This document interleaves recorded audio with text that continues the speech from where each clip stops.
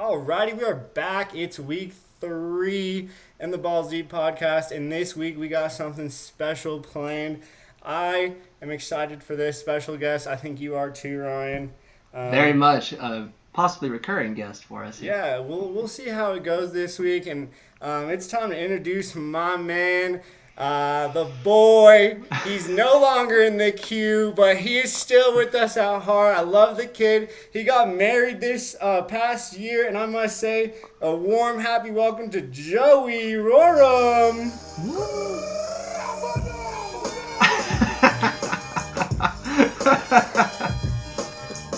Gotta love it. Gotta Love the it. hat. Love the hat. Let's go, boys!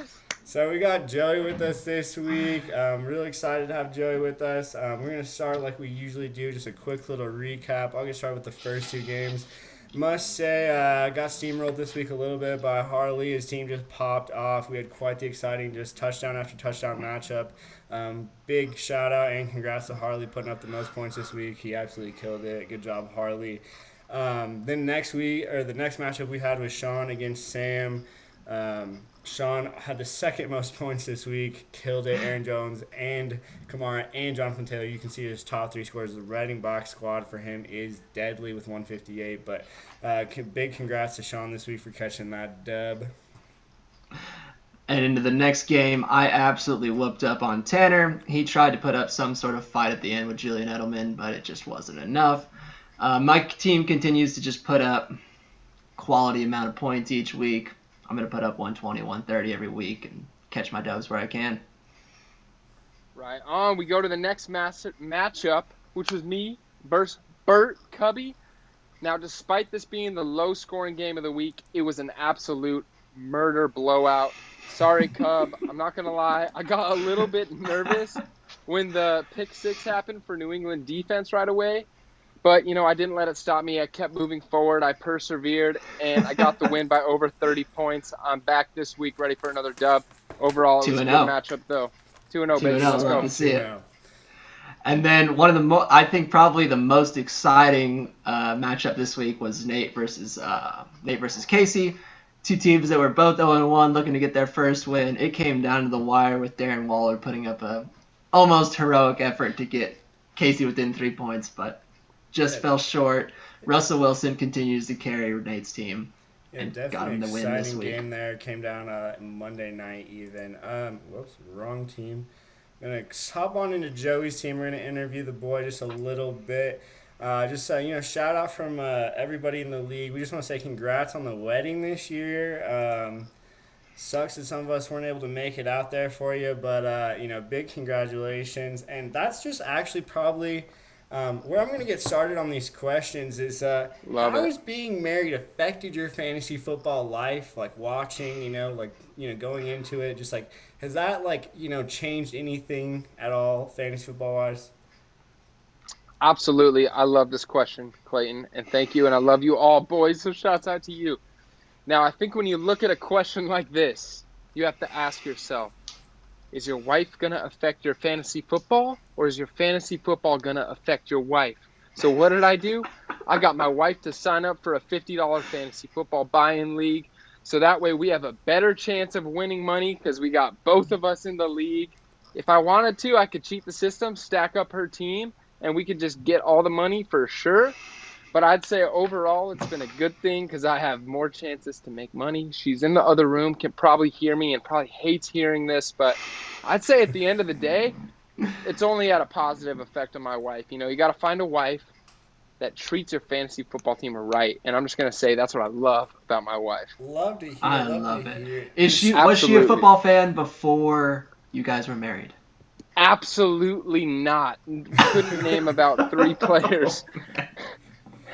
So we're on an interesting journey right now, Ryan. Funny you ask because, I grew up a Vikings fan. I even helped her become a Vikings fan, but it's really been tough. It really has. It's been a tough 23 years, and when you get let down by something every single year, it really starts to hurt, and there's a grieving process in that. And so we're in the process of figuring out how to transition, maybe become Seahawks fans. I like the Seahawks, always have. If you know me, you know that. But it's just a tough thing that we're really working through in our marriage right now. So You've got one marriage and one divorce. It's very interesting. Yeah, you're gonna divorce the Vikings and Divorce the have fun with Vikings.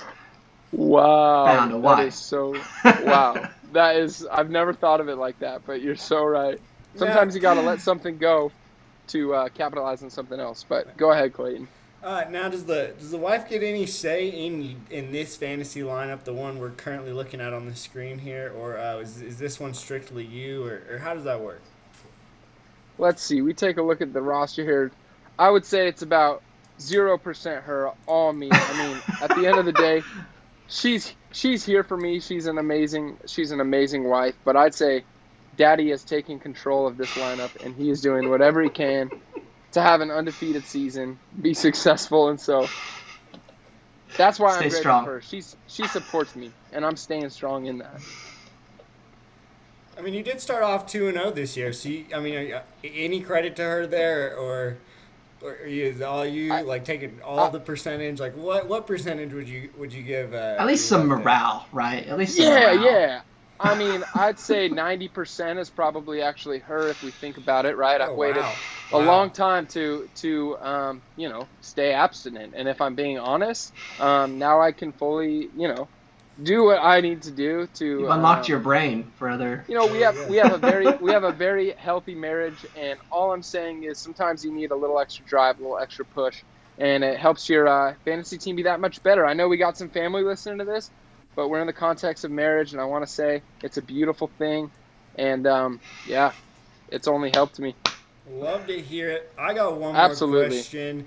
Absolutely. Favorite pick you had this year in the draft that you like the most right now in your squad? Yeah, for sure. Love the question. Honestly, I know it was my first round pick, but I love Derrick Henry. I think he was the leading rusher last year. The volume is stupid, right? Like, he's getting 30 carries a game. He still doesn't have a touchdown, so that's kind of hurting him a little bit, but that's just because Tannehill's been playing good. They're throwing the ball a lot too, and so I really think that Derrick Henry is going to have an amazing season again. But other than that, I like that I got Josh Jacobs in the second round. Being at 5, it's kind of one of those weird picks where you just really have no idea what you're going to get tossed your way. You can kind of know what to expect first 4 picks, last couple, but when you're in the middle, it's like I don't even know what to expect. So I'm really happy I got Josh Jacobs, and then even Allen Robinson in the round, I got him and stuff. So, yeah. Interesting. Good value. I would have picked Chris Carson. I think Dude. I would have picked Hayden Hurst. I don't know. But overall, solid squad, 2-0. We'll get back into the rankings and where we're both going to put you. But big week this week when it came to injuries. You got Can't not talk about Saquon that he's out for the year. I think most of the 49ers team is on IR or seeking medical attention right now. I've got one. Big thing there. You got McCaffrey out. I go on for days. I think the biggest injury I think that affects our league the most is Saquon going down. I think Casey's team was already looking brutal, and to lose his second overall pick, it's starting to look a little scary. Casey might go back-to-back last place finishes. Especially in a week where he only loses by 3 points and sees Saquon go down in the first quarter. That was a game Casey probably would have won. Yep, definitely agree. I know Michael Thomas. I think he's still questionable this week. I think Mostert. Big guy for Harley the past 2 weeks. He's a doubtful. The amount of injuries this week it was crazy, and just this year. The past 2 weeks combined. Yeah, and we only looking at really offensive players. Cortland Sutton's out for the year, right, for the Broncos. We didn't even talk about Philip Lindsay dealing with his toe injury last week. So, tons and tons of injuries everywhere. Rams running backs. Yeah, Rams running backs. It makes fantasy a little bit hard, especially with our 5 bench spots, but I also think it makes it interesting. I think that's why you see Dion Lewis this week go for $31. Big money pick there. And then Josh Kelly for $18 to Casey, who lost Saquon. Another big money pick there. I don't know. Joey, what do you think? Biggest injury that's going to affect our league that's not already been talked about like Saquon has been? Wow. Biggest one that we haven't already talked about. That's going to be tough. I get nervous about certain injuries like hamstring injuries that are kind of always bugging you. Sorry, Sam, we almost made a big trade this week with Julio, but it's just kind of one of those things. It makes me a little bit nervous, right? I think there's a lot of big injuries that happen this week, and there's a lot of those little ones, those questionables. I think I looked at someone's roster, and they had like 5 or 6 questionable people on their roster or something. Might have been this league, might have been another week, but that's just what we're dealing with right now, and that's not always a good thing. Even I didn't really have anybody on my roster get injured, but Josh Jacobs had a little hip problem and someone who struggles with injury. So it's just crazy because I think people could probably still keep getting hurt. Obviously, it's football. You expect that. But, yeah, it was a crazy week, that's for sure. Alrighty, and then we're going to hop right into rankings, I think, here. Let's do it. I'm excited see where Ryan has people, see where I have the people. Not going to do rankings for Joey, just so everyone knows. We're going to try to keep this relatively short, and since we already have me and Clayton sort of an ongoing, we'll have Joey comment on ours, give his opinion places, and let him comment, but we'll keep it consistent with just the 2 lists. Just a quick correction here. This should say week 3. Oh, a little slack in here. It's just a little bit of a rush for me to get all this stuff together. But I'm going to start off at number 10 here. I have Nate, even though he did beat Casey this week. I don't know. Something about those running backs, Mixon and Ingram, just scare me a little bit. I think he's just really riding Russell Wilson, which, I mean, isn't a bad person to ride. But for me, still Nate. He did get the win over Casey, and I don't know. Melvin's kind of looked good, but Landry hasn't done too much. I mean, Tyreek's finally, he had a really good week. But I don't know. I don't like Nate's team, and it's just probably because of running back depth for me. I think Casey, even with Saquon going down, has a little bit more.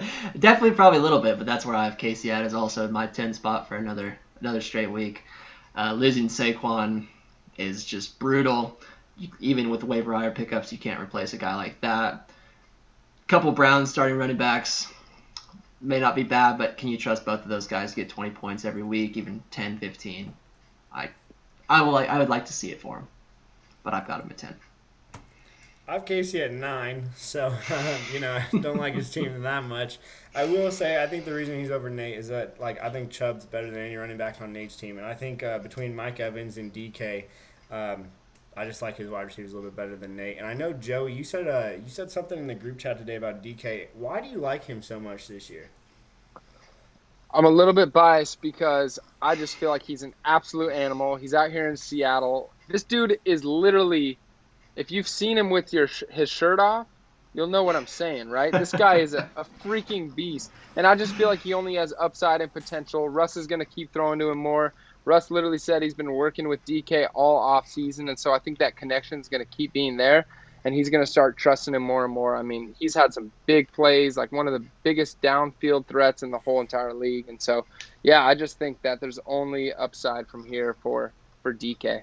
Definitely. Great deep ball connections. All right, I've got Sam at 9. And another, I think 2 of the most injury-riddled teams in our league are my bottom spots, which is brutal. I hate seeing players get injured, especially picked 1 and 2 like that. Mostly that accounts for why Sam's so low. Losing the first pick is hard. His running backs with Montgomery and Rojo in those running back 1 and 2 spots, that's pretty brutal to me. And if Julio's going to miss any time, then that's going to really hurt Sam's team. Yeah, definitely agree there. Coming in at 8, we have Sam for me. I mean, rank is very similar. Kenny Galladay's kind of been out for him. I'm curious when Sam gets all his wide receivers out there healthy. Hopefully Julio's hamstring thing, as Joe touched on, doesn't affect him too much. But Julio, Juju, and Galladay, I mean, I got to say that's not too bad of a wide receiver set. But, looking at David Montgomery and Rojo right now, I mean, that's a little brutal. I think McCaffrey doesn't stay out for too long. I think it's, But, I mean, you got to start winning now. He is 0-2. He does play me this week, another 0-2 team. So, I mean, we'll see what happens there. Hopefully. I mean, watch it die. Somebody probably has to. That would suck. But that's, that's where I have Sam. All right. I've got Cub coming in at my 8th spot. It was good to see Miles Sanders be back this week and get a huge workload in Philly. Even though that team looks like a mess, he looked good. I'm surprised to see Carson Wentz is still even on his roster, but I'm glad that he's moved on, at least in his starting lineup with Big Ben. some quality running backs, and I really hope to see Michael Thomas play. I like David Johnson still in games that the Texans aren't trailing so much, and I think he can have a decent team. Yeah, no, I agree. So I have Cub at 1. He moved up actually for me this week, with the Miles Sanders coming back. Kind of surprised he didn't put any money on Cam Newton, and I picked him up for free today. He needs a quarterback, and Cam's been killing it down there in New England. So, but Miles Sanders, Lockett, Cooper, Thomas. I mean, he's got some guys. His Big Ben pickup. I mean, I'm a fan of it too. Mark Andrews, he's killing it down there. Joey, so if you had to have a Seattle wide receiver, this is kind of interesting, I think, is Casey has DK, Cub has Lockett. I mean, if you had to pick, which one do you think you'd rather have? Yeah, for sure. I think in the long run, DK is going to be the better option. I mean, I think from here on out, or like after this season, DK for sure. It's just so tough. Lockett's the veteran, right? He's been there for a while. Russ trusts him. He knows he can throw to him. He's reliable. So I feel like Lockett's going to be one of those guys that's going to be maybe a little more consistent, but DK is going to be the one that has more opportunity to get some big points on the board. That's just my opinion. We'll see what happens. I saw a great tweet this week that was the league better watch out. DK just learned how to turn. Yep. Which I loved. For real. All right. And I've got Nate coming in at 7. The bottom 4, I mean, kind of interchangeable. All right, you see the same 4 names pop up on both of our lists. Riding Russell Wilson very hard, 5 touchdowns, out of this world. The running backs are lower tiers for me. Joe Mixon, I think they'll have to ride Melvin Gordon a little harder with Philip Lindsay out and Drew Lock going out as well. I like Tyreek Hill. I think John Brown was a solid pick as well for him. And hopefully we can get George Kittle back in the mix for Nate. Yeah, definitely. So coming in at 6 here, I think we both have Tanner. I'm going to talk about Kyler because he's just been a blast to watch, and I think he's going to consistently keep putting up 30 bombs for TLRs there. Him and Dalvin are a good 1-2 punch for TLRs. I would like to see the wide receivers maybe a little bit stronger, but he really hasn't. He didn't have Godwin healthy last week. Still has DJ Moore on the bench, who he actually did good, and Edelman killed it. So hopefully Tanner's team can kind of pick it up here. But I think I have him at 6. I think he is like a tier above that bottom 4, like you said. I'm with you on that, and I think if Julian Edelman's going to get targets like he did from Cam, and Cam's going to keep playing that way, then he could have a revitalized fantasy year like he used to in some of those earlier years with Brady. Definitely agree. So coming in at 5, I myself, even though I'm 0-2, I still kind of like this squad. I think me and Tanner are very close together, though. I think our league's kind of split up into 3 tiers right now. I think you have bottom 4, you have the next 2, and then I think you have the next 4. So I don't know. I still have a lot of faith in my squad. Josh Allen's been killing it. I did get Cam, solid at quarterback. I mean, Zeke's been doing good all year. Odell finally did something for me, so that's good. And then hopefully A.J. Brown can come back. I mean, Ryan Tannehill's looked really solid in Tennessee, so hopefully that stays true, and when he's healthy, he can help out A.J. Brown and really help my wide receivers. Yep, I've got you in the same spot. You're putting up points. That's the thing that I look at more than record, especially in early weeks. You've got a big points against, big points for. Eventually, that stuff starts to even out, usually in this league. I like your pickups this week in McKinnon and Gage. And you touched on most of the other stuff about your team. So I still think you're solid. Yeah. Coming in at 4 for me is Sean.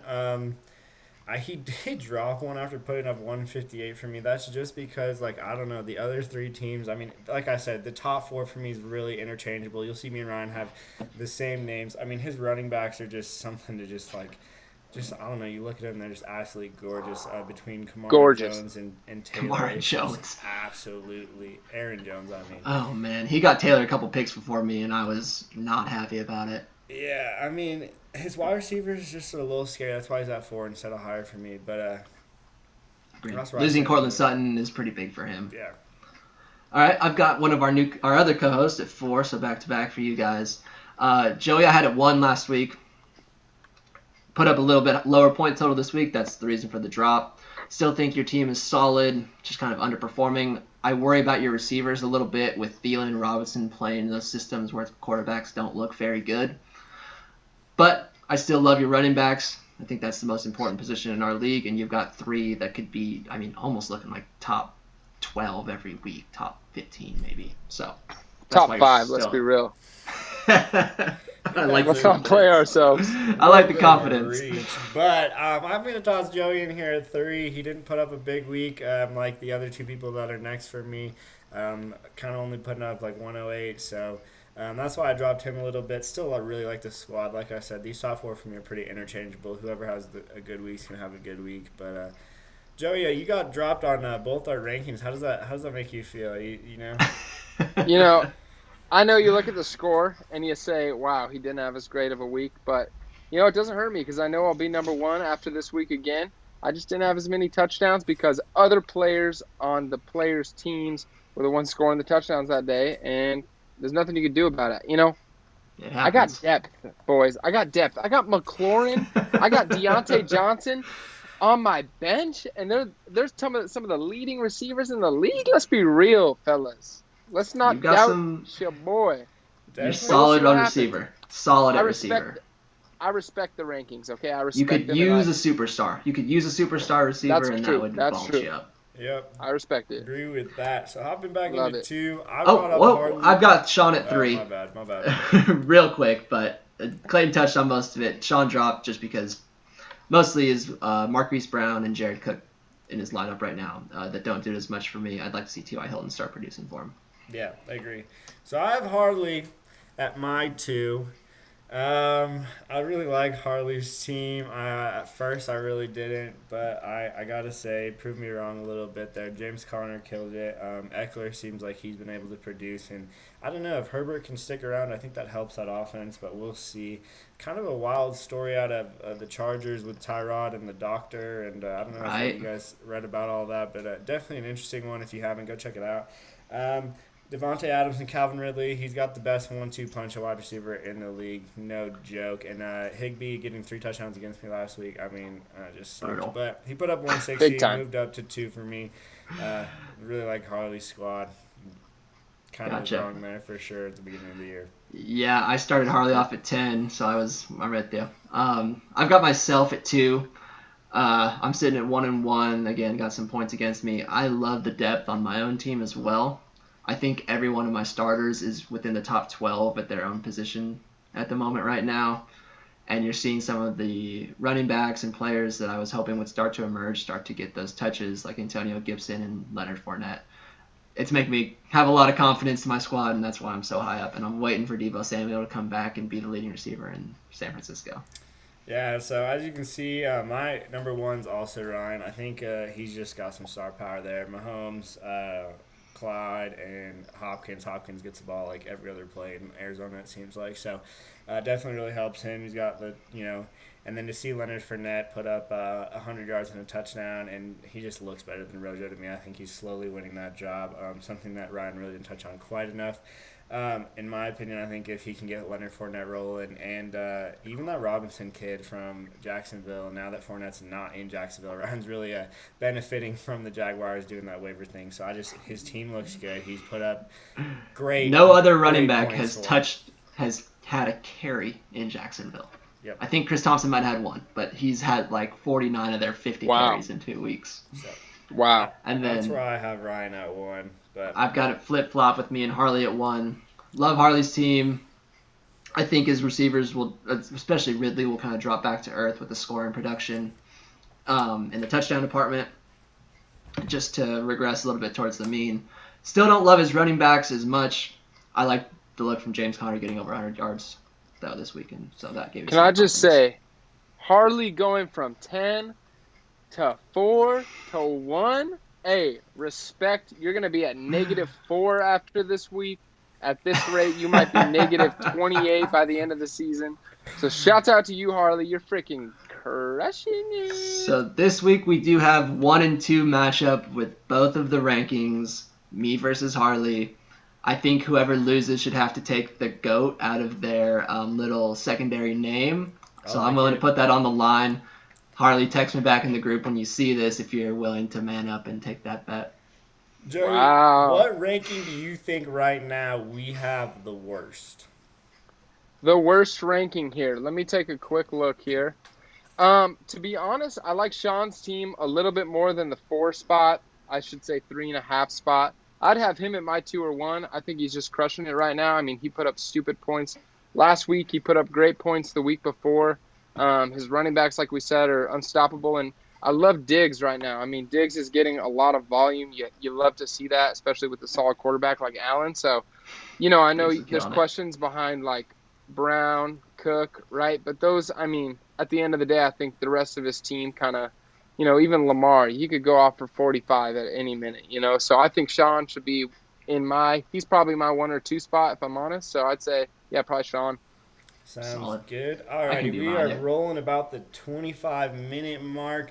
One game you guys are most excited for to watch this week. I'm gonna let Ryan start it off because I already know what his is Chiefs gonna and be. the Ravens on Monday night. My fantasy team's game will come down to it. Obviously, I've got 3 Chiefs in my starting lineup, and it's game between 1 and 2 in fantasy, 1 and 2 in the NFL. It's gonna be a great Monday night. Joey, what game are you most looking forward to watching this week? Wow. I'd say probably the Dolphins Jags. Thursday. Love to start the week. Are you kidding me? No, absolutely not. I'd say, I'm looking right here, the Sunday night game, Packers Saints. That's going to be fun to watch. Just 2 solid quarterbacks. Although the Saints didn't look very good this last week, but man, Rodgers is killing it. You never know with Breeze, he could pop off at any moment. So I just feel like that's just a classic quarterback duel. It's going to be fun to watch. I agree, Love and it. I'm gonna hop in and say Dallas Cowboys versus Seattle Seahawks. I think that's the game That'll be I'm most great, too. interested in watching.